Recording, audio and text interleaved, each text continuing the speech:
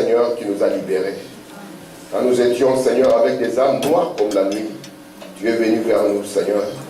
Parce qu'Adam, notre Père, nous avait plongé dans les ténèbres du dehors.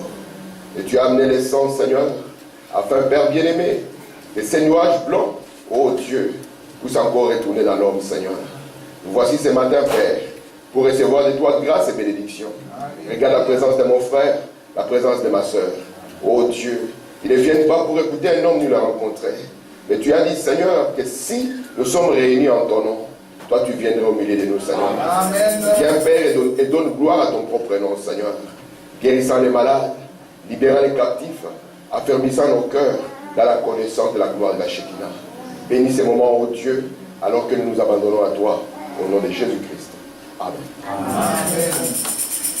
Nous allons lire la parole de Dieu rapidement, comme vous l'avez annoncé. Ok, nous allons lire Apocalypse chapitre 6. Nous commençons au verset 12. Lisons ensemble. Il est écrit: Je regardais quand il ouvrit le 6e sceau. Il y eut un grand tremblement de terre. Le soleil devint noir comme la lune entière devient comme du sang. Et les étoiles du ciel tombèrent sur la terre, comme lorsqu'un figuier secoué par un vent violent jette ses figues vertes. Le ciel se retira comme un livre qu'on roule. Toutes les montagnes et les îles furent remuées de leur place. Amen. Disons encore dans Matthieu 24, verset 29 jusqu'à 30. Aussitôt, après ces jours de détresse, le soleil s'obscurcira. La lune ne donnera plus sa lumière. Les étoiles tomberont du ciel et les puissances des cieux seront ébranlées. Alors, le signe du Fils de l'homme paraîtra dans le ciel. Toutes les tribus de la terre se lamenteront. Elles verront le Fils de l'homme venant sur les nuées du ciel avec puissance et une grande gloire. Amen. Que Dieu ajoute des bénédictions sur sa parole pour nous asseoir. Je vous salue tous au nom du Seigneur Jésus. J'espère que tout le monde va bien. Nous allons essayer d'avancer un tout petit peu, sans trop avancer. Je parlais avec un frère bien-aimé, il m'a dit: Frère Tim, il y a eu beaucoup de choses que j'ai reçues. Si tu pouvais encore revenir un peu et résumer cela. Et nous allons le faire un peu. Mais nous allons aussi ajouter quelque chose de plus aujourd'hui. Amen. Je vais vous dire une chose, mes frères. La Bible, ce n'est pas un vieux livre des grands-mères. Frère Branham dit: ce n'est pas un vieux livre des grands-mères. Si simplement le monde aujourd'hui avait basé les systèmes sur la Bible, on aurait de bons résultats par rapport à ce qu'on a aujourd'hui.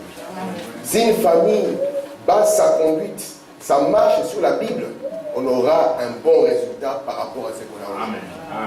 Vous savez, aux États-Unis, à l'époque, on lisait la Bible dans les écoles. Jusqu'au jour où on a dit: retirons ces vieux livres. Et les conséquences, nous pouvons les voir. Vous savez, à l'ONU, à l'époque, quand ils venaient de connaître la guerre, avant que l'ONU commence les réunions, on disait: nous allons prier. Jusqu'à ce qu'ils ont compris que Dieu, c'est un vieux monsieur. Ils l'ont mis de côté. Et ils diront toujours paix et sécurité, mais on verra que la situation ira toujours en s'empirer.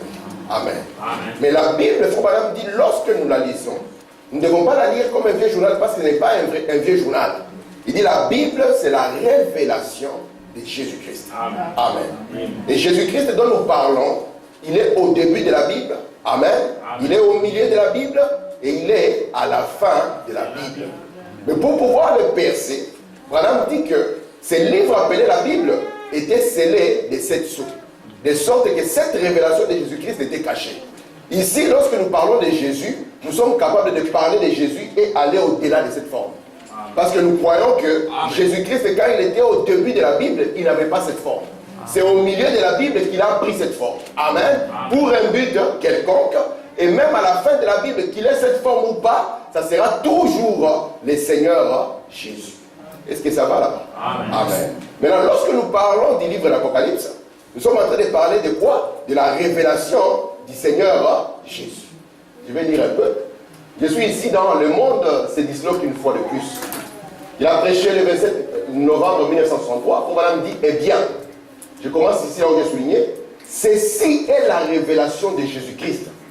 Les livres entiers étaient scellés de 7 sceaux de la révélation de Jésus-Christ. Jésus-Christ était dans la Genèse. Jésus-Christ était au milieu du livre.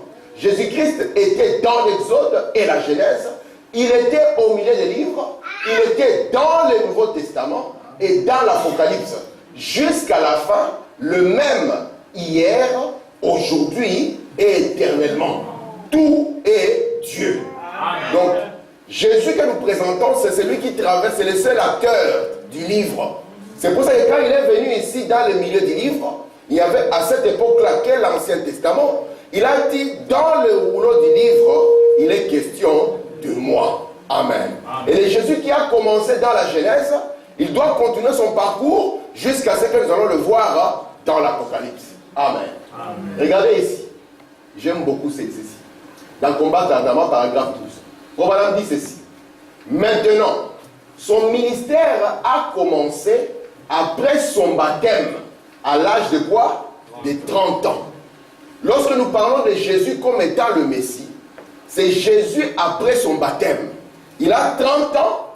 Écoutez, immédiatement après que Dieu le Père fut descendu sous forme du Saint-Esprit, sous la forme d'une colombe, et qu'il fit entrer en lui, son ministère commença. Pas avant. Cela ne peut pas non plus commencer en vous avant que Jésus entre sous forme du Saint-Esprit pour demeurer en vous. Souvenez-vous, Jésus, il est dans l'Ancien Testament, il est au milieu du livre et il est à la fin du livre. Et Jésus ne change pas. Ce qui montre que c'est Jésus, ce n'est pas la forme qu'il a, mais c'est les caractéristiques qu'il va présenter. Amen. Amen. Et c'est pour ça qu'on peut le reconnaître, peu importe la forme qu'il prend. Amen. Et Jésus ici, avant de commencer à servir Dieu, il a commencé par un processus. Et le processus par lequel il a commencé, c'était le baptême. Jésus est entré dans les eaux du baptême. Nous savons que Jésus n'avait pas à se repentir. Nous savons que Jésus n'en avait pas besoin, mais il devait accomplir toute justice de Dieu. Pourquoi devait-il le faire? Parce qu'il était le modèle pour tous ceux-là qui devaient venir après lui. De savoir que Jésus, quand il va continuer son travail, il faut que ceux-là qui doivent être Jésus dans la continuité puissent aussi commencer comme Jésus a commencé. C'est comme cela que lorsqu'il se présente devant son cousin, le prophète Jean, Jean lui dit, mais moi, c'est toi qui dois me baptiser. Mais Jésus lui dit, non, nous devons accomplir toute justice. Et il devait avoir 30 ans, parce que selon la loi de Lévitique, c'est l'âge dans lequel un homme entrait dans les sacerdoces. Amen. Et lorsqu'il va venir maintenant, Jean, lui, qu'est-ce qu'il va faire? Jean va le baptiser. Et quand Jésus va sortir des eaux, le Saint-Esprit, le Père, va descendre sur le Seigneur Jésus. Et ce même modèle, c'est le modèle que l'Église, qui était Jésus dans la continuité, a aussi eu. Ils ont passé par les eaux du baptême et le Saint-Esprit est descendu sur eux. Est-ce que ça va jusque là? Regardez ici, dans les signes. Frère Branham dit ceci. Il doit en être ainsi. En effet, une femme et son mari deviennent un. Ce qui les rend un, c'est le mariage. C'est pour ça que Paul, parlant du mystère du mariage, il dit que tout ceci, ce n'est qu'un type qui reflète Christ avec l'Église. Est-ce que ça va? Amen. Il dit, ils deviennent un. Et de même, l'épouse et Christ deviennent un. Le ministère de l'épouse et le ministère de Christ sont un même ministère. Amen. Je répète, amen. Le ministère de l'épouse et le ministère de Christ sont un même ministère. Alors pour que ça soit un même ministère, il faut que l'épouse commence aussi comme Christ a commencé. Amen. Regardez ici, rappelez-vous, ici c'est dans Actes chapitre 1er, verset 1er. Théophile, je t'ai parlé dans mon premier livre, c'est lui qui parle, de ce que Jésus a commencé à faire. Amen. Vraiment, moi, il fait 3 points. Il dit, il ne s'est pas arrêté. Ce que Jésus a commencé à faire, et ce qu'il fait, il continue à faire. Écoutez, sa mort ne l'a pas arrêté. Amen. On savait quand tu as Jésus, on va l'arrêter. Mais il dit que sa mort ne l'a pas arrêté. Absolument pas. Il est revenu. Amen. pas une troisième personne, mais la même personne est revenue sous la forme du Saint-Esprit pour poursuivre son œuvre. Et il continue. C'est pour ça que je vous dis, Jésus est au début, Jésus est au milieu, et il va arriver jusqu'à la fin du livre. Lorsqu'il est venu et qu'on l'a tué, on pensait que c'était la fin. Mais il avait promis encore un peu de temps. Le monde ne me verra pas. Mais vous me verrez. Amen. Parce que je serai avec vous. Amen. Et même en vous. C'est pour ça que lorsqu'il revient dans son église, écoutez, Actes chapitre 2, Pierre sort rempli de l'esprit. Qu'est-ce qu'il dit aux gens? Il prêche la parole. Les gens ont le cœur qui est touché. Et les gens disent quoi? Oh mes frères, que devons-nous faire pour avoir la vie éternelle? Jésus leur dit, répentez-vous. William Branham dit, ça c'est le message de l'église, de prêcher la repentance. Amen. Amen. Parce que l'homme quand il naît dans le péché, conçu dans l'iniquité, venant au monde, proférant les mensonges. Il n'y a rien en lui qui aime Dieu. Je vous dis la vérité, il n'y a rien en lui qui aime Dieu. Si on doit rester à la maison les jours, le corps va bien se sentir. Amen. Amen. Parce qu'en lui, il n'y a rien qui aime Dieu. C'est pour ça que quand on vient, on prêche la repentance. On dit ça, ce n'est pas la vraie vie. Ça, ce n'est pas la véritable vision. Et vous voyez, se repentir, c'est que vous allez dans un sens, vous vous arrêtez, vous prenez l'autre sens. Et remarquez maintenant, c'est là où Pierre leur dit, une fois que vous vous repentez, sachez que la mort n'a pas arrêté Jésus. Son ministère doit continuer. Est-ce que vous êtes là? Alors il dit, vous aussi faites comme Jésus a fait. Allez dans les eaux du baptême. Amen. Une fois que vous êtes baptisé correctement et que vous vous êtes repenti correctement, si vous sortez de ces eaux, ce que Dieu avait fait sur Jésus, Dieu va le faire sur vous. Amen. Amen. Est-ce que ça va jusque là? Amen. Amen. Et puis il dit ici, la même personne est revenue sous la forme du Saint-Esprit pour poursuivre son œuvre. Et il continue. Nous dit le livre des Actes. Jésus-Christ est le même, hier, aujourd'hui et éternellement. C'est là les signes. Voilà les signes. Et c'est ça le thème que le frère Branham avait quand il allait prêcher. Il présentait aux gens le Jésus-Christ qui est le même, hier. Amen. Au début du livre, aujourd'hui, au milieu du livre, éternellement quand le livre arrive à la fin. Amen. Amen. Est-ce que vous êtes là? Amen. Merci Seigneur. Maintenant, le Jésus-là qui est revenu devait ouvrir une période pour nous. Vous savez que Jésus, quand il était sur la terre, il n'est pas venu pour nous, les gentils. Il est venu pour les brebis perdues de la maison d'Israël. Mais vous savez très bien que dans le plan de Dieu, Dieu est notre Dieu est juste. Amen. Amen. Il ne pouvait pas nous laisser sans aucune chance. Alors qu'est-ce qu'il a fait? Il a aveuglé son propre peuple. Amen. Afin que son propre peuple puisse ne pas le reconnaître quand il vient vers eux. Et la Bible dit qu'il est venu chez les siens et les siens ne l'ont point reçu.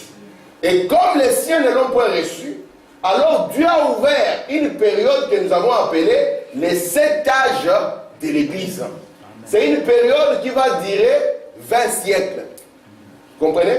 À peu près, c'était 2000 ans de l'histoire. Nous savons que Jésus était oint à l'an 30. C'est donc ce que nous avons étudié ici. Et la Bible l'a confirmé. L'an 30, le Seigneur Jésus est oint. Nous avançons à l'an 33. Le même Jésus revient. Amen. Sous la forme du Saint-Esprit. Pour pouvoir oindre son peuple. C'était ce qu'on a appelé la Pentecôte. Amen. Nous allons lire une citation si on a le temps d'y arriver aujourd'hui sur cela. La Pentecôte. Et écoutez, quand le Saint-Esprit est descendu, à cette époque-là, il n'y avait pas encore beaucoup de non-juifs. Mais Jésus leur avait dit, vous serez mes témoins. Amen. Et en cette période-là, il y avait un jeune homme qui a commencé maintenant à persécuter cette église. Il s'appelait Paul. Mais Dieu va lui faire grâce. Dieu va venir vers lui. Et Paul aussi va passer par le même processus. Amen. Il va se repentir. Il sera baptisé au nom de Jésus-Christ et le Saint-Esprit les remplira. Amen. Et Paul maintenant en l'an 53 de notre ère, va arriver à Éphèse, où il va commencer à prêcher la parole. Avant de prêcher aux gentils, Paul a essayé de pouvoir prêcher à ses propres frères.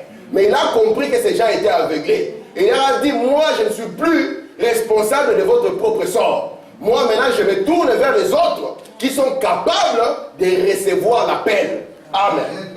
Et l'an 53 commence les âges de l'église. Lorsque Paul s'établit à Éphèse. Et Paul commence à prêcher. Lorsque Paul prêche, nous avons vu, c'est pour ça que Branham a choisi l'an 53. Et nous avons vu que chacune de ces dates ici avait un sens. Je ne sais pas si vous vous souvenez.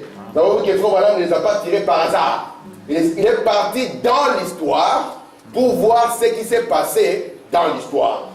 Et souvenez-vous, le premier âge de l'église, c'était l'âge d'Éphèse. Éphèse a une double signification, je ne sais pas si vous vous souvenez. Ça signifie quoi? Viser et relâcher. Et remarquez ici, c'est le Saint-Esprit qui commence avec puissance dans l'église. Mais Paul est en train de sentir qu'il y a un esprit qui va venir. Et Paul commence déjà à les avertir. Comme Frère Branham a averti les gens de son temps. Il dit, vous êtes maintenant un bon groupe, mais ça ne restera pas comme ça. Le diable viendra. Et c'est ce que Paul disait aussi. Il dit, faites attention. L'Antichrist va venir, mais il ne viendra pas avec des cornes et une fourche, mais il viendra sous la forme d'un frère. Ouvrez les yeux. Amen. Et remarquez maintenant, dans cet âge ici, quand Paul sera parti, Jean arrivera. Et Jean va leur dire, ce que vous aviez entendu, que ça va arriver, est déjà là. Amen. Mais au cours des âges, personne ne pouvait percer ces mystères. Parce que le livre était caché, et cela ne pouvait être révélé qu'au temps de la fin. Et c'est pour cela que Branham nous dit, pour pouvoir voir ce qui s'est passé ici, il fallait que les sceaux puissent s'ouvrir. Et quand les sceaux s'ouvrent, nous avons 4 sceaux qui concernent l'Église. C'est pour ça que l'Église, son message, c'est Apocalypse, chapitre 1er, jusqu'à Apocalypse, chapitre 3. Et cela va englober le premier jusqu'au 4e sceau. Et qu'est-ce que nous constatons? Quand le premier sceau s'ouvre, c'est un cavalier sur un cheval blanc. Donc il vient comme un frère. Dieu te bénisse, mon frère. Frère Branham me dit. Frère Branham me dit. Frère Branham me dit. Mais dans son fond, il est faux. Frère Branham dit, la seule manière de connaître le diable, il peut commencer par Frère Branham me dit. Mais il ne vous gardera jamais dans toute la parole. Il ne gardera jamais la parole dans sa continuité. Parce que quand le diable est venu devant Jésus, vous devez savoir que vous êtes la continuité du ministère de Jésus. Jésus, après les eaux, automatiquement le diable est venu vers lui. N'est-ce pas? Parce qu'il est entré dans le désert. Et le diable a commencé à lui dire, il est écrit, mais Jésus devait répondre par, il est aussi écrit. Et ma question est là. Comment nous allons répondre, il est aussi écrit, si nous ne lisons pas la parole? Amen. N'est-ce pas? Amen. Vous pouvez dire qu'il est aussi écrit quand vous avez lu. Mais si vous êtes ignorant, il vous dira, il est écrit, vous direz Amen. Et remarquez maintenant, ici, il va commencer sa chevauchée. La Bible nous a dit, il vient sur un cheval blanc, avec un arc, il n'a pas de flèche, et une couronne lui sera donnée. C'est ainsi que nous avons vu avec vous comment il va traverser jusqu'au 3e siècle. C'est là où la couronne lui est donnée. C'est une couronne à 3 parties parce qu'il a la puissance sur l'enfer, il a la puissance sur le purgatoire et il a la puissance sur les ciels. Vous êtes là? Amen. Merci Seigneur. Souvenez-vous maintenant, quand nous allons arriver au 2e saut, je suis en train parce que je ne sais pas tout revenir à... Donc je globalise ça. Quand nous sommes arrivés au 2e saut, nous avons vu que le cavalier a changé sa tactique. Pourquoi? Parce que dans cet âge de Pergame, où il sera couronné, Pergame signifie mariage. Dans cet âge ici, il va essayer de marier l'Église avec l'État. Et quand il marie l'Église avec l'État, il a maintenant l'État avec lui. Il peut tuer qui il veut. Vous savez que l'État ici peut tuer qui il veut. Je vous dis, l'État, si l'État vous tue, qui va poursuivre l'État? Sous d'autres cieux, l'État tue facilement. Ici aussi, on peut vous tuer doucement. Et il n'y aura pas d'enquête, il n'y aura rien. Même ici en Belgique, il y a des enquêtes, vous sentez qu'il y a des bandes de cassettes qui ont disparu, des preuves qui ont disparu. Parce qu'il y a déjà hauts placés qui sont impliqués. Et ici, maintenant, quand l'église se marie à l'État, Frère Branham nous dit, cet âge ici, c'est l'âge du millénium catholique. Ici, maintenant, l'église catholique s'impose. Soit vous croyez ce que l'église dit, soit vous mourrez. Ne dites pas que l'écriture dit, il n'y a pas d'écriture, on retire la Bible, on la cache, et l'église dit ce qu'elle veut. William Branham me dit, vous devez savoir qu'il n'y a que Jésus qui a donné son sang. Amen. Il dit, l'église ne saigne pas. La dénomination ne saigne pas. Donc la dénomination ne peut pas vous sauver, l'église non plus. Mais ici, l'église s'est imposée. Amen. C'est dans cette période de confusion que l'islam est né. Dira Frère Branham. C'est ici. C'est dans cette période ici. Amen. Et l'église va vraiment s'imposer. Peut de mettre le roi. Il peut faire ce qu'il veut. William Branham dit, les plus grands bandits étaient à Rome. Ils vivaient n'importe comment. Si vous lisez les histoires de Borgia, vous verrez, vous direz non. Je disais à quelqu'un qui était catholique, je dis, si on te montre ce que cette église a déjà fait, tu ne peux jamais croire que Dieu est là-dedans. Amen. Cette fois-ci, ils ont tellement violé les enfants que je crois que François en avait marre. Il a dit, c'est lui qui ose encore. Nous allons nous-mêmes le donner à la police. Nous vous avons trop couvert. Mais ça ne passe plus. Mais c'est l'esprit qui est dans cette église. Amen. Maintenant, dans cet âge ici, si Dieu n'avait pas fait que c'était son plan, je crois que ça serait la fin du christianisme et le monde entier ne serait que catholique. Mais Dieu a permis par sa grâce qu'il y ait toujours des témoins. Dieu ne manque pas un témoin sur la terre. Amen. On a essayé de les tuer, on n'a pas pu les tuer parce que la mort ne peut pas retenir Christ. Amen. C'est ainsi que dans l'âge suivant, Luther est sorti. Et Luther a lu la Bible. Luther a compris qu'il faut mettre la Bible entre les mains des frères, afin que les gens puissent lire la parole et qu'ils puissent progresser. C'est ainsi qu'il va prêcher que le juste vivra par la foi. Parce que l'Église disait, donnez l'argent à l'Église et vous serez sauvés. Luther a dit, c'est faux et archi faux. Votre salut n'est pas entre les mains de l'Église, ni les mains du pasteur, mais votre salut est entre les mains de Dieu. Amen. Amen. Et après Luther est venu notre frère Wesley. Amen. Amen. Qui nous a montré que c'est bien que Dieu nous ait appelés. Si nous étions fumeurs et buveurs de bière, c'est très bien. Dieu nous a aimés comme ça. Mais Dieu ne veut pas que nous demeurions comme ça. Amen. Dieu veut que nous puissions aller vers lui. Parce que la Bible dit, soyez saints comme votre Père est saint. Amen. Et cela a été un plus pour l'Église. C'est ainsi que nous allons atteindre maintenant le 20e siècle où nous étions. Parce que Frère Branham nous dit que l'âge de la Odyssée va commencer au 20e siècle. Amen. Est-ce que ça va jusque-là? Je sais que j'ai été rapide parce que je ne sais pas faire autrement. Ok, je vais dire ici pour que vous puissiez comprendre. Cet âge ici est particulier. Vous savez ça? Le premier âge, l'être vivant ici, c'était les lions. Vous vous souvenez? Le deuxième, c'est le bœuf. Le troisième, c'est qui? C'est l'homme. Parce que Luther et Wesley n'étaient pas des prophètes, c'était des hommes. Et Dieu a utilisé la sagesse des hommes. C'était des docteurs dans la parole. Regardez maintenant ici. Il s'agit de l'âge de l'aigle. Si vous regardez le lion, lui, c'est un animal qui marche sur la terre. Amen.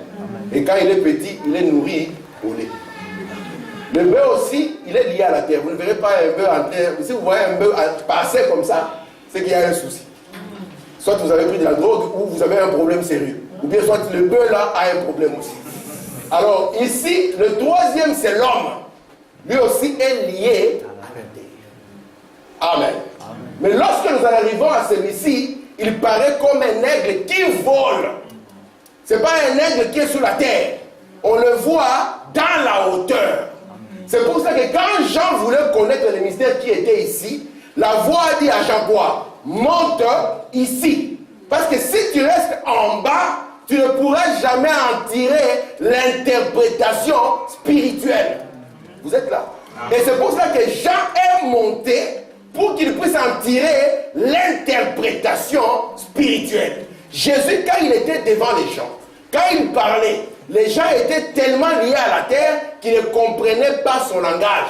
C'est pour ça qu'il leur a dit un jour, personne n'est monté au ciel. Sinon le Fils de l'homme qui est descendu du ciel, le Fils de l'homme qui est maintenant même dans le ciel. Amen. Amen. Regardez ici. Question-réponse. Je regardais en arrière. Il dit, je regarde en arrière. Là où j'étais autrefois. Maintenant, je suis au-dessus de cela. Pourquoi? Par sa grâce. Qu'est-ce que Dieu a fait? Il m'a élevé. Et ici, je suis maintenant assis dans les lieux célestes en Christ. Écoutez, oh là là, vous y êtes. Alors, la Bible devient un nouveau livre. Alors, vous la lisez avec des yeux spirituels et un entendement comment? Spirituel. Mais pour que vous arriviez à ça, il faut d'abord que Dieu vous élève. Amen. Qu'il vous prenne et vous emmène plus haut. Là alors, la Bible sera un nouveau livre. Parce que les sceaux seront brisés. Amen. Vous êtes avec moi? Amen. Regardez ici. Cela ne peut pas glisser. Nous ne sommes pas tombés au Dieu. Et nous ne pouvons pas tomber au Dieu. Le monde pense que nous sommes... Mais c'est vrai, hein? Même nos frères pensent parfois que nous sommes fous. Le monde pense que nous sommes fous, que nous marchons dans l'espace. Écoutez. Mais nous sommes soutenus, virgule, élevés. Pareil à quoi? À l'aigle. Seigneur, nous avons été pris dans un enlèvement de foi et de gloire. Tout comme Jean. Nous avons été pris dans un enlèvement de foi et de gloire parce qu'il s'agit de l'aigle.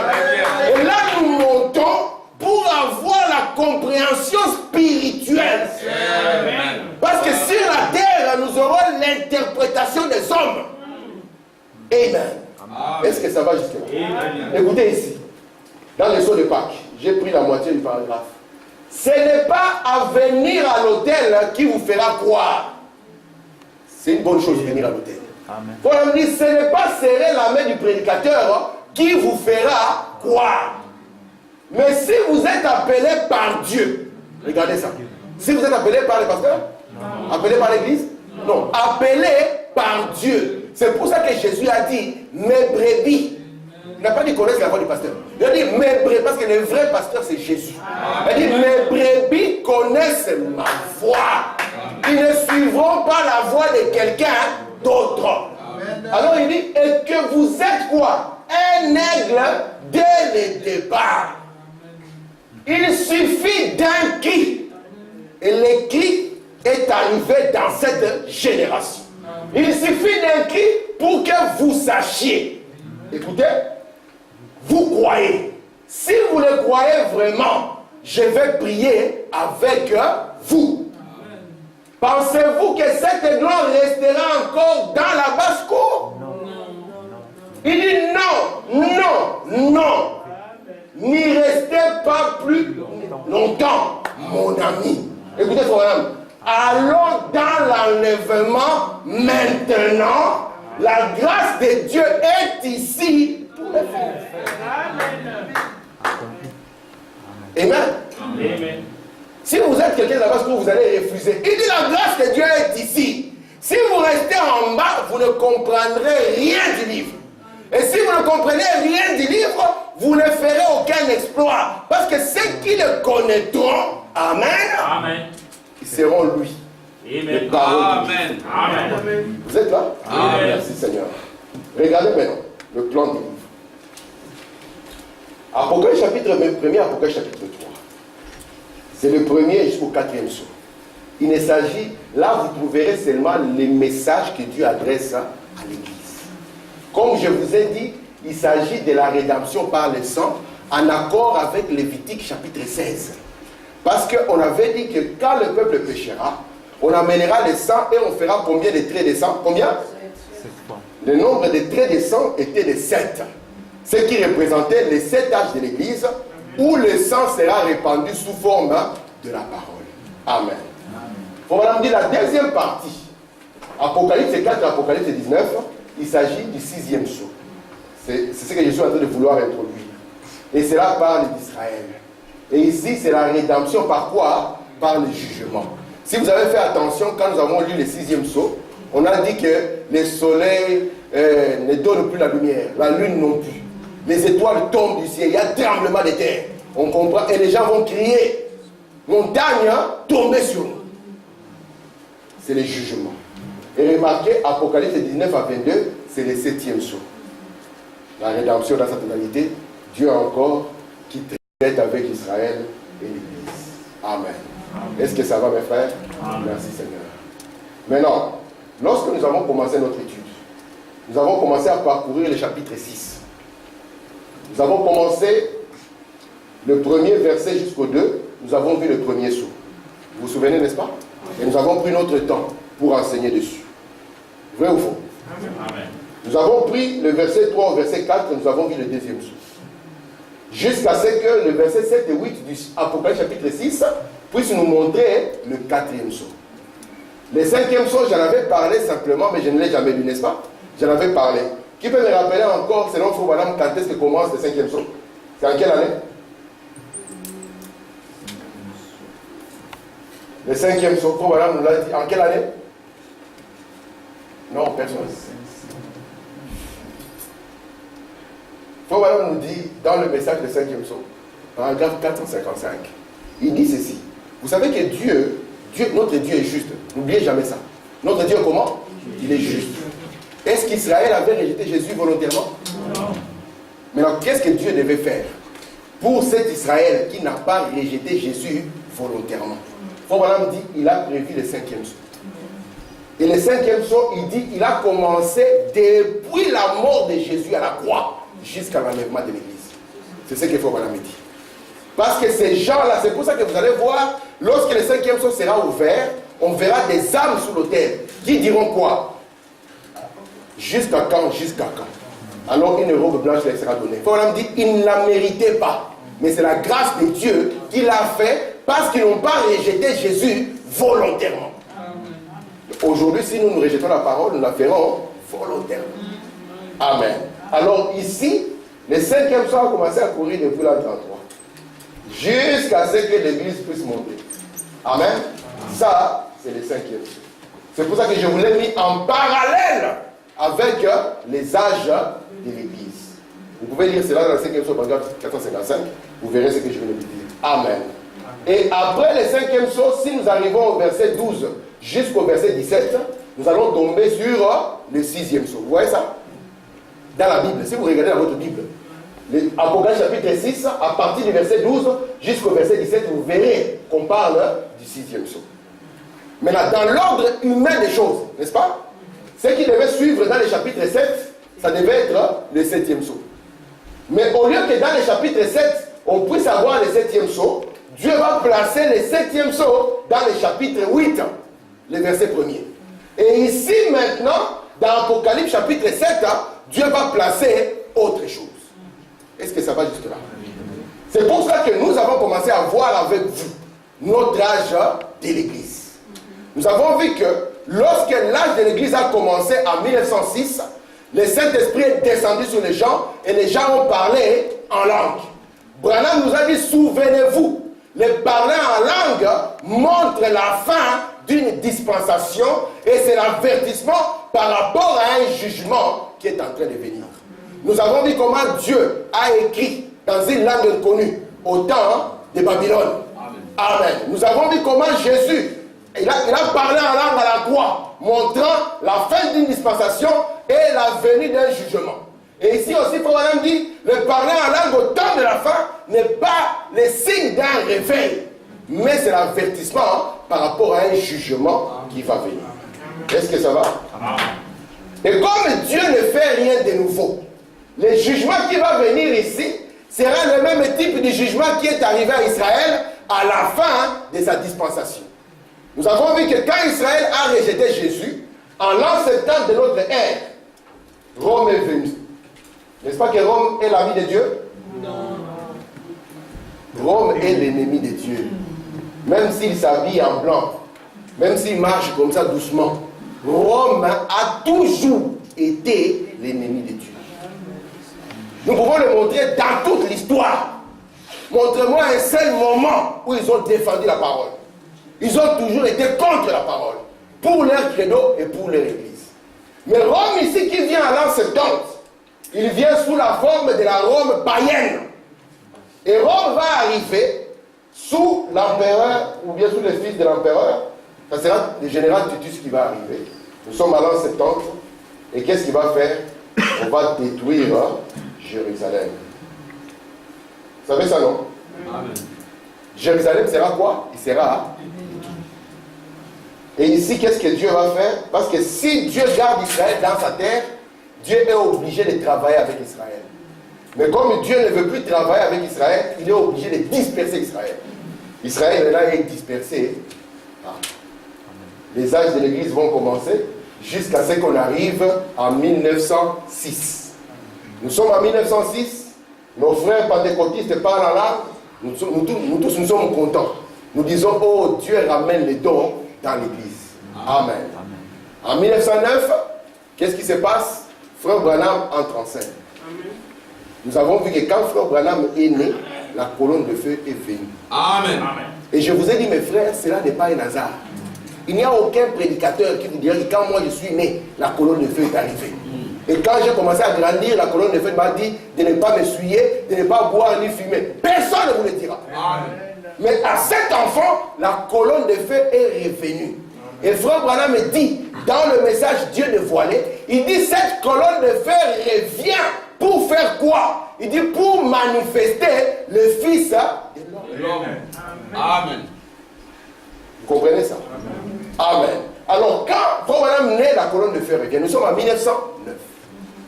Lorsque nous arrivons en 1914, c'est la première fois. Là maintenant, on va atteindre Apocalypse chapitre 7, verset 1er, où nous allons voir qu'il y avait 4 vents qui devaient souffler sur toute la terre. En 1914, la première fois, on nous parle de la guerre quoi? La guerre mondiale. Vous vous souvenez de ça? 1900 combien? 1914.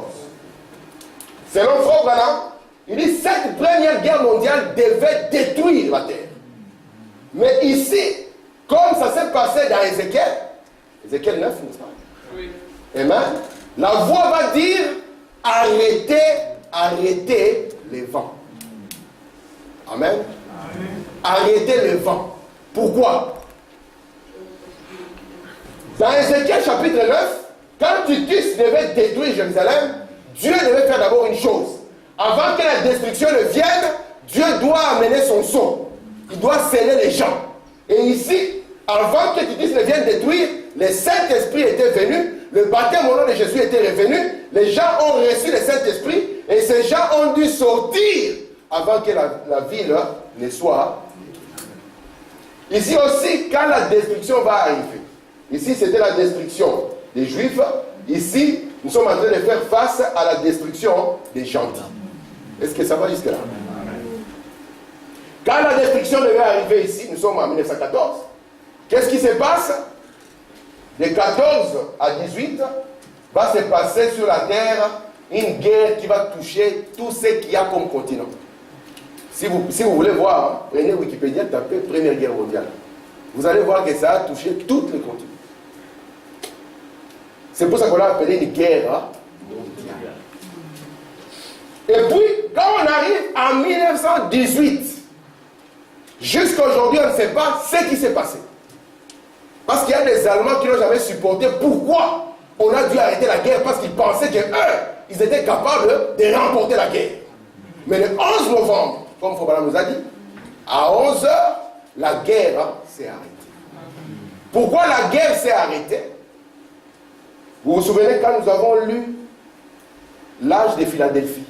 Dieu a dit, je mets devant toi une porte ouverte. Fobala dit, c'est là où Dieu va placer maintenant la porte ouverte. Parce qu'il dit que cette porte ouverte, elle est entre l'âge de Philadelphie et l'âge de la Odyssée. Donc Dieu donne une opportunité aux gens de pouvoir échapper. Vous comprenez ça? Et le seul moyen, il faut que Dieu revienne encore avec le baptême au nom de Jésus et le baptême du Saint-Esprit.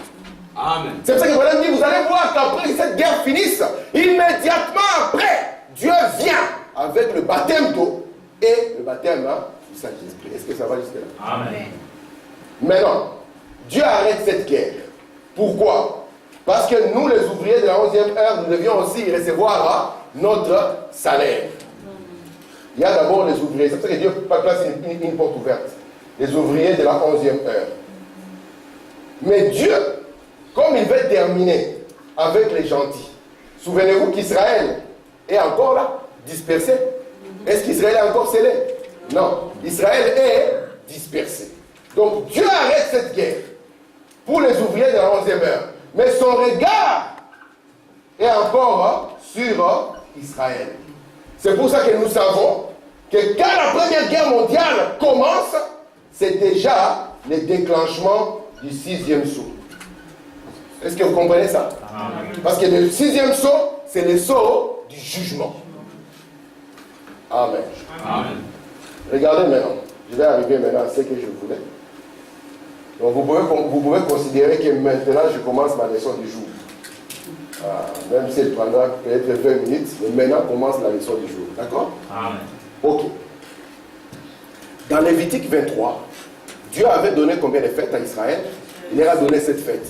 Mais nous avons la 8e fête qui n'est pas connue parce qu'elle ne porte pas de nom. C'est le 8e jour, n'est-ce pas? Amen. Restons d'abord avec les 7 fêtes. Et nous avons vu, si vous avez le temps, j'ai tout mis les versets ici, on pourra les parcourir rapidement. La première fête était appelée la fête de la Pâque. Vous allez remarquer, c'est Pâques sans un sang, parce que c'est la Pâque juive. Et puis, après la Pâque venait le pain sans levain. Après le pain sans levain venait la fête des prémices, ou de la gerbe agitée. Après la fête de la gerbe agitée, venait la fête des semaines qu'on appelait la fête de la Pentecôte. Après la Pentecôte venait la fête des trompettes. Et après la fête des trompettes, venait la fête des expiations, ou la fête du grand pardon, la plus grande fête d'Israël, qu'on appelle le Yom Kippour. Et après le Yom Kippour, venait la fête des tabernacles. Est-ce que ça va? Amen. Merci Seigneur. Regardez ici, Lévitique 23, verset 4. Voici les fêtes de l'Éternel, les saintes convocations, que vous publierez à leur temps fixé. Le premier mois, le 14e jour du mois, entre deux soirs, ça sera la Pâque de l'Éternel. Vous voyez la première fête. Le 15e jour de ce mois, ça sera la fête des pains sans levain, à l'honneur de l'Éternel. William Branham dit, la Pâque ici nous parle de Jésus. Vous comprenez? Amen. La Pâque nous parle de Jésus. Comment il devait venir comme un sacrifice. Tu n'as voulu ni sacrifice. Amen. Amen. Tu m'as formé. William Branham dit, la fête qui suivait, c'était la fête de pain sans levain. William Branham dit, c'est le même type de pain que nous servons à la Sainte Seine. Et quand vous la mangez, elle n'est pas douce du tout dans la bouche. William Branham dit, elle est rugueuse pour montrer comment Christ a souffert. Amen. Vous comprenez ça? Amen. Amen. Parce que toutes les fêtes, nous les trouvons en Christ. Merci Seigneur. Amen. Regardez maintenant, on continue. Parle aux enfants d'Israël. Lévitique 23, verset 10. Et tu leur diras, quand vous serez entrés dans le pays, j'aime beaucoup ça, quand vous serez entrés dans le pays que je vous donne, et que vous y ferez la moisson, vous apporterez au sacrificateur une gerbe, prémisse de votre moisson. Il agitera de côté et d'autre la gerbe devant l'Éternel, afin qu'elle soit agréée. Le sacrificateur l'agitera de côté et d'autre quand? Le lendemain du sabbat. Vous voyez ça? Jésus n'est pas ressuscité le samedi. Jésus est ressuscité le lendemain du sabbat. Regardez maintenant. On continue dans notre lecture. Lévitique 23. Depuis le lendemain du sabbat, du jour où vous apporterez la gerbe, pour être agité de côté et d'autre, vous compterez 7 semaines entières. Vous compterez 50 jours. C'est ici où vient mon Pentecôte. Parce que Pentecôte signifie 50 jours. Jusqu'au lendemain du 7e sabbat, vous ferez à l'Éternel une offrande nouvelle. Donc nous avons vu la Pâque, le pain sans levain, la gerbe agitée. Nous arrivons maintenant aux 50 jours qui sont la fête de la Pentecôte. Ok, continuons. Verset 24. Parle aux enfants d'Israël et dit, le 7e mois, le premier jour du mois, vous aurez un jour de repos, publié au son des trompettes, et une sainte convocation. Ici maintenant, ça sera la fête suivante, la fête des trompettes. Est-ce que ça va jusque-là? Amen. Ok. On termine par celle-ci. L'Éternel parla, je ne sais pas si j'ai mis la fête de non, il y a encore une fête qui suit après. L'Éternel parla à Moïse et dit, les 10e jours de ce 7e mois, ce sera les jours des expiations. Vous aurez une sainte convocation, vous humilierez vos âmes, vous offrirez à l'Éternel des sacrifices consumés par le feu. Les 10e jours de ce 7e mois, ce sera les jours des expiations. Vous aurez une sainte convocation, vous humilierez vos âmes, vous offrirez à l'Éternel des sacrifices consumés par le feu. Vous ne ferez aucun ouvrage ces jours-là, car c'est les jours des expiations où doit être faite pour vous l'expiation devant l'Éternel votre Dieu. Maintenant, nous sommes au verset 34. Parle aux enfants d'Israël et dit, le 15e jour de ce 7e mois, ce sera la fête des tabernacles à l'honneur de l'Éternel pendant 7 jours. Donc je les écris ici vite fait. La première fête, c'est la Pâque, n'est-ce pas? La deuxième fête, le pain sans levain. La troisième fête, la gerbe agitée. La quatrième fête, c'est quelle fête? C'est la Pentecôte. Il ne faut pas que les enfants soient seuls. La cinquième fête, c'est quelle fête? Les parents sont où? La sixième fête, c'est laquelle? Les expiations. La septième fête, c'est la fête des tabernacles. Vous voyez cette fête? Ce n'est pas par hasard qu'ils sont dans la Bible. Vous comprenez ça? Amen. Ce n'est pas par hasard que les 7 fêtes sont dans la Bible. Lisons ici, je laisse ça, lisons ici dans Hébreux chapitre 10. En effet, la loi qui possède un nombre de biens à venir et non l'exacte représentation des choses. En d'autres termes, la loi est un nombre.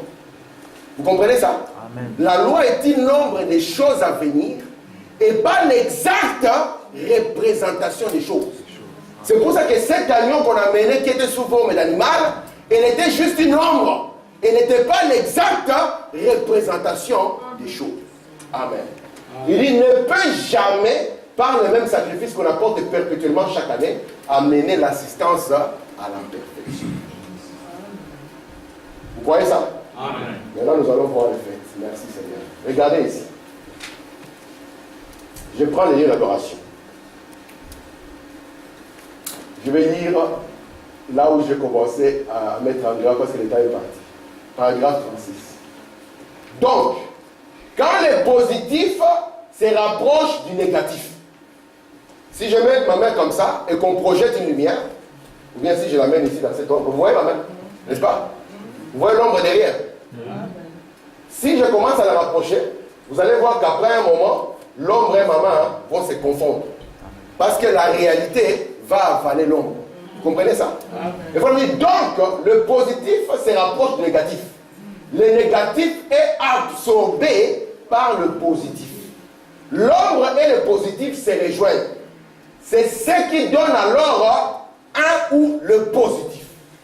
Si toutes les anciennes choses dont parle la Bible dans l'Ancien Testament étaient des ombres des choses à venir, alors Christ était par conséquent l'ombre des choses à venir.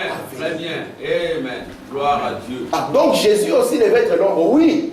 Parce que Jésus était l'Ancien Testament. Très bien. C'est pour ça qu'aujourd'hui, si on vous garde simplement dans l'Ancien Testament, on vous garde dans l'ombre. On va vous prendre de l'ombre et vous amener dans la réalité. Amen. Amen. On va vous prendre du négatif et vous amener dans le positif. Frère Tim, comment tu peux dire que Jésus était l'ombre? Parce que le mari et la femme, l'un est une ombre et l'autre est la réalité.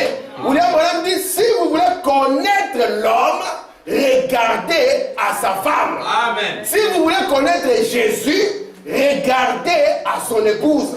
Si vous voulez connaître Satan, regardez à son église. Amen. Vous êtes là? Amen. C'est pour ça que Jésus était une ombre de ce que son épouse devait être. C'est pour ça que le ministère de Christ et le ministère de l'épouse sont un même ministère. Amen. Est-ce que ça va jusque-là? Amen. Merci Seigneur. Donc nous avons cette fête, n'est-ce pas? Amen. Regardons, je saute un peu ça pour qu'on gagne un peu de temps. Si je reviens, je peux vous montrer rapidement que quand Jésus était venu sur la terre, là nous avions connu la Pâque, le pain sans levain et la gerbe agitée. Et puis quand Jésus, parce que la gerbe agitée c'est la première gerbe qui sort de la résurrection. Vous comprenez ça? Et comme elle sort de la résurrection, Jésus était le premier à sortir de la résurrection. Amen. Et à la Pentecôte, il a dû être agité. Amen. Et remarquez maintenant, la Pentecôte, c'est la période des âges de l'Église. Amen. C'est pour ça que chaque âge de l'Église est l'âge de la Pentecôte. Amen. Après maintenant, viendra, Apocalypse 4 à 19, viendra la fête des trompettes. Ici, je suis en train de... Je vais revenir. Je vais un peu vite, comprenez-moi, mais je reviendrai doucement. Regardez, Apocalypse 4 à 19 sera la fête des trompettes. Apocalypse 1 à 3 sera la fête de la Pentecôte. Et la première moitié, la première venue de Jésus, nous aurons la Pâque, le pain sans levain et la gerbe agitée. De manière maintenant que quand nous allons arriver ici, à 19-22, nous aurons l'expiation qui sera accomplie, la fête des tabernacles et le 8e jour. Je vais dire il faut madame rapidement, parce que je vais finir d'ici 5 minutes comme on est avancé. Jéhovah Jireh, deuxième partie. Je veux qu'un historien, un ministre ou quelqu'un d'autre se lève, me regarde droit dans les yeux pour me prouver que l'église a commencé à Rome. Non. L'église a commencé à Jérusalem les jours de la Pentecôte. Amen. C'était là-bas. L'organisation a commencé à Rome 300 ans et quelques années plus tard. Mais l'église a commencé à la Pentecôte. Dieu suscita un arbre épouse pour Christ par le même esprit qui était en Christ. Et il fit pousser un arbre épouse. L'église commence à la Pentecôte. Vous êtes là? Amen. Ici commence l'église. Je continue. Je suis ici. Paul, en établissant ses dons dans l'église, 30 ans plus tard, a dit dans Galates 8, si un ange du ciel vous annonce l'évangile s'écartant de celui qui est déjà reçu, que nous avons prêché, qu'il soit anathème. Regardez. Je crois que la Pentecôte a commencé pour ne pas prendre fin. Amen. Je répète. Je crois que la Pentecôte a commencé pour ne pas prendre fin. Je crois que c'est pour toute la création. Tout le temps et partout. La Pentecôte doit toujours demeurer. Amen. Les bénédictions de Pentecôte doivent être sur les gens. Amen. Qu'est-ce que cette bénédiction de Pentecôte? C'est une confirmation de la résurrection. Amen. Parce que Jésus a dit encore un peu de temps et le monde ne me verra pas. Mais comment est-ce qu'il me verra? Parce que je serai dans mon peuple. Amen. Le ministère que j'ai passé à l'Est était une ombre de ce que je vais faire dans mon peuple. Cela sera la réalité. Ça sera le positif. Ouais. Ça sera le véritable. Véritable. Faut pas me dire le mot véritable. Quand on dit ça, c'est le véritable wax. Chez nous, on dira que c'est un véritable wax parce qu'il y a un faux wax. Mais voilà, me dit non. Dans la Bible, ça a un sens plus profond que ça. C'est l'accomplissement parfait par rapport à l'accomplissement partiel. Amen. Amen. Gloire à Dieu. C'est pour ça qu'ici, nous vous disons sans craindre que Jésus, à la croix, il ne vous a pas sauvé. Ce n'est pas à la croix qu'il a fait. Non. Vous étiez sauvés dès avant la fondation du monde. Amen. Et à la croix, Jésus est venu payer le prix pour ceux-là qui étaient sauvés. C'est pour ça que dans Jean 17, il dit, ceux-là que le Père m'a donné, je n'en ai perdu aucun. Amen. Merci. Très bien. Amen. Gloire à Dieu. Merci Seigneur. Regardez ici. Dieu a toujours parlé. Il a parlé au festin de Belshazzar, puis au jour de la Pentecôte. Il est fait de nouveau aujourd'hui. C'est l'avertissement d'un jugement imminent. Regardez ce qu'il faisait pour que vous compreniez, pour que vous puissiez comprendre la différence que nous avons avec la dénomination pentecôtiste. Vous êtes avec moi? Amen. Pentecôte, c'est combien de jours? 50. On leur disait qu'ils devaient compter 7 sabbats, n'est-ce pas? 7 sabbats, c'est combien? 49. 7 sabbats, si je fais 7 partout ici, 7, 7, 7, 7, 7, on verra ici que c'est 49. C'est pour ça que Branham dit la Pentecôte n'est pas une dénomination, mais c'est une expérience. Et cette Pentecôte qui est expérience, elle demeure.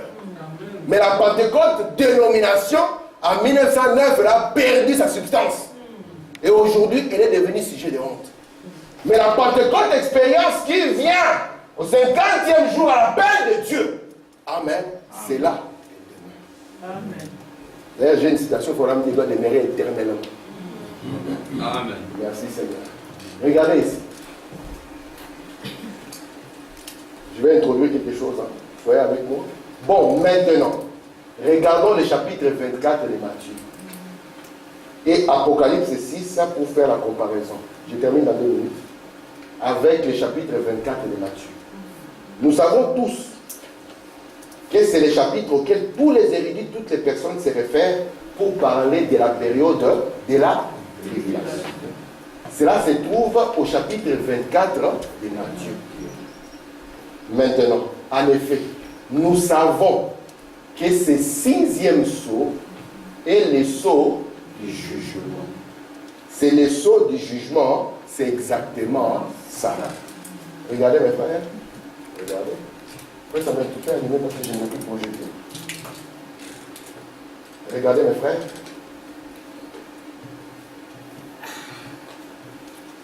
Nous avons 3 ans et demi ici.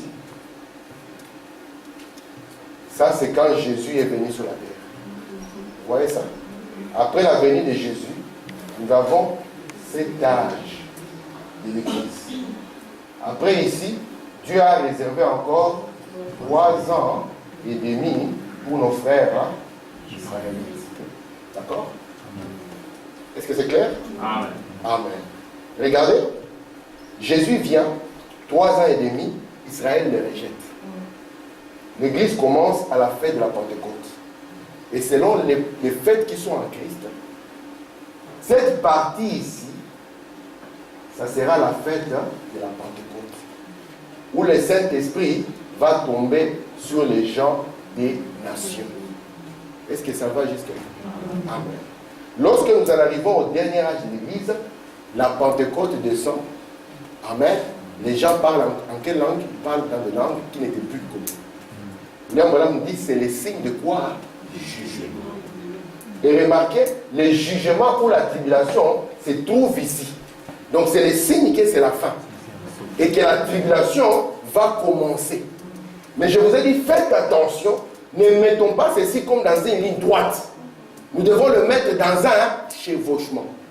Vous comprenez ça? Parce que dans ces 3 ans et demi, dit Frère Branham, c'est là où va s'accomplir Apocalypse 6 jusqu'à Apocalypse 19. Et vous aurez les sceaux, vous aurez les 3 esprits de grenouille, vous aurez la femme dans le soleil, vous aurez les 3 malheurs. Comprenez ça? Alors regardez.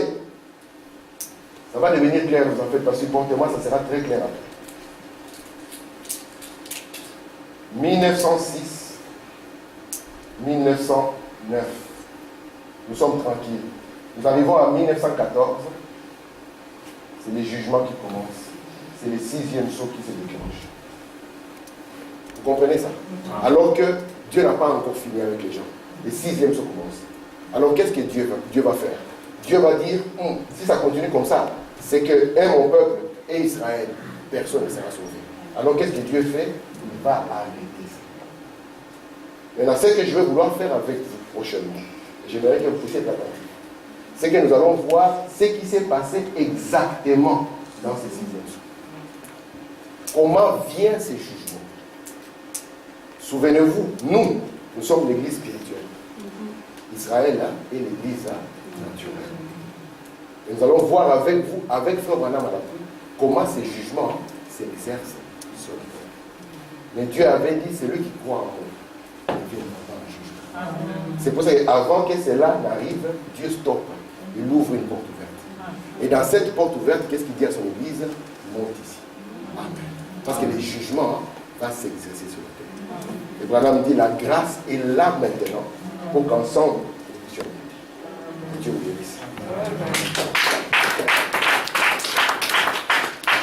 Vous allez vous mettre debout.